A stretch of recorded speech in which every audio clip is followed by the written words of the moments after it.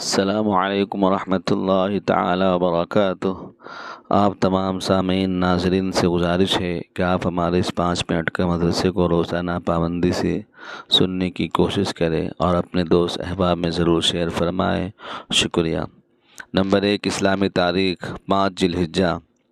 امام داؤد رحمۃ اللہ علیہ، آپ کا نام سلیمان اور والد کا نام اشعث تھا۔ ابو داؤد آپ کا شروع سے ہی لقب تھا۔ آپ کی ولادت باسعادت سن 202 ہجری میں شہر سجستان میں ہوئی۔ آپ نے علم حاصل کرنے کے لیے مصر، جزیرہ، عراق اور خراسان وغیرہ کے سفر کیے۔ آپ بڑے بڑے حفاظ حدیث اور فقہاء کرام میں سے ایک ہیں، لیکن فن حدیث میں آپ کا ایک خاص مقام ہے۔ آپ کی شان میں یہ کہا جاتا ہے کہ آپ کے لیے حدیثیں اسی طرح آسان اور سہل کر دی گئی تھی جس طرح حضرت داؤد علیہ السلام کے لیے لوہے کو نرم کر دیا گیا تھا۔ اور بعض علماء فرماتے ہیں کہ امام داؤد رحمۃ اللہ علیہ دنیا میں حدیث کے لیے اور آخرت میں جنت کے لیے پیدا کیے گئے ہیں، اور ہم نے ان سے اچھا اور افضل کسی کو نہیں دیکھا۔ آپ نے بے شمار کتابیں لکھی، جن میں بلند پایہ کتاب سنن ابو داؤد ہے، جو 4800 حدیثوں پر مشتمل ہے۔ آپ خود فرماتے ہیں کہ میں نے آپ صلی اللہ علیہ وسلم کی 5 لاکھ حدیثوں میں سے 4800 حدیثیں اس کتاب میں لکھی ہیں۔ آپ کی وفات بصرہ میں 16 شوال المکرم سن 375 ہجری کو ہوئی۔ نمبر 2، اللہ کی قدرت، بجلی کا کڑکنا۔ بارش کے آنے سے پہلے آسمان پر تہ بتہ بادل جمع شروع ہوتے ہیں، لیکن اللہ کی قدرت دیکھیے، ان بادلوں میں نہ کوئی مشین فٹ ہے اور نہ ہی کسی قسم کا کوئی جنریٹر لگا ہوا ہے، مگر ان گھنے بادلوں میں اللہ کی بجلی کی ایسی چمک اور کڑک پیدا کر دیتا کہ رات کی تاریکی میں بھی اجالا پھیل جاتا ہے، اور کبھی کبھی اتنی سخت گرجتی اور بجلی کو گونجتی ہے کہ دلوں میں گھبراہٹ اور سارے ماحول میں خوف طاری ہو جاتا ہے۔ بے شک اللہ تعالیٰ کی قدرت کی دلیل ہے۔ نمبر 3، ایک فرض کے بارے میں رسول اللہ نے فرمایا، قسم ہے اس ذات کی جس کے قبضے میں میری جان ہے، تم ضرور بے ضرور بھلائیوں کا حکم کرو اور برائیوں سے روکو، ورنہ قریب ہے کہ اللہ تعالیٰ گنہگاروں کے ساتھ تم پر بھی اپنا عذاب بھیج دے۔ اس وقت تم اللہ سے دعا مانگو تو قبول نہ ہوگی۔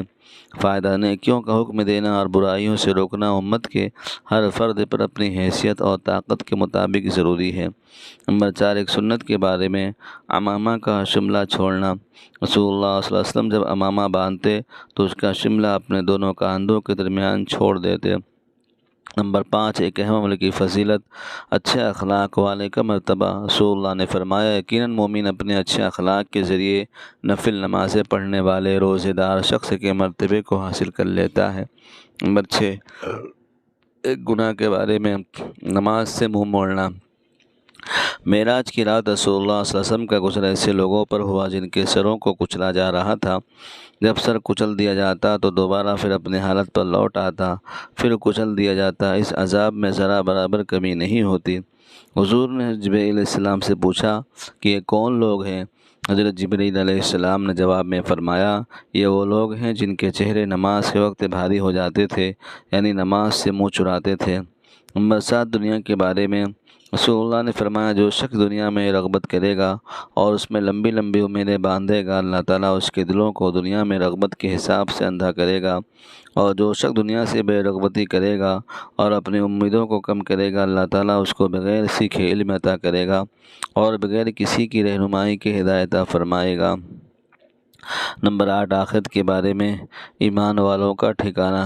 قرآن میں اللہ تعالیٰ فرماتا ہے، ان ایمان والوں کے لیے ہمیشہ رہنے والے باغ ہیں جن میں وہ داخل ہوں گے، اور ان کے ماں باپ اور ان کی بیویاں اور ان کے اولادیں جو جنت کے لائق ہوں گے وہ بھی جنت میں داخل ہوں گے، اور ہر دروازے سے فرشتے ان کے پاس یہ کہتے ہوئے داخل ہوں گے، تمہارے دین پر مضبوط جمے رہنے کی بدولت تم پر سلامتی ہو، تمہارے لیے آخرت کا گھر کتنا عمدہ ہے۔